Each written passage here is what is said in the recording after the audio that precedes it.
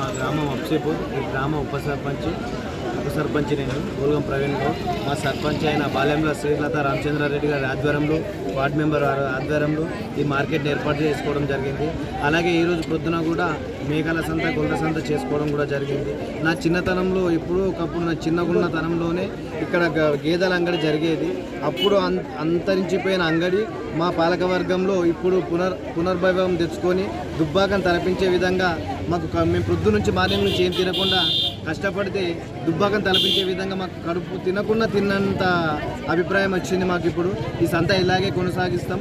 రాబో కాలంలో మేకల సంతను కూడా కొనసాగిస్తూ ఉంటాం. ఇది మళ్ళీ దుబ్బాకకు ఎలాంటి ధీటుగా కాకుండా లచ్చపేటను ఎలాగైతే ధీటుగా దుబ్బాక ఢీకొన్నదో అదే విధంగా దుబ్బాకను ఢీకొంటామని మేము ఆశిస్తూ ఈ సంతను కొనసాగించుకుంటూ మాకు అన్ని విధాలా సహకరిస్తున్న మా సర్పంచ్ గారైన బాలెంల శ్రీలత రామచంద్రారెడ్డి గారికి మేము ఎల్లవేళలా అన్ని విధాలా సహకరిస్తాము. గ్రామ ప్రజలు, పాలక వర్గానికి, రైతులకు ఇట్టి మార్కెట్ను ఇంత విజయవంతం చేసిరంటే ముఖ్యంగా రైతులను మేము గొప్పగా ఒప్పుకుంటున్నాము.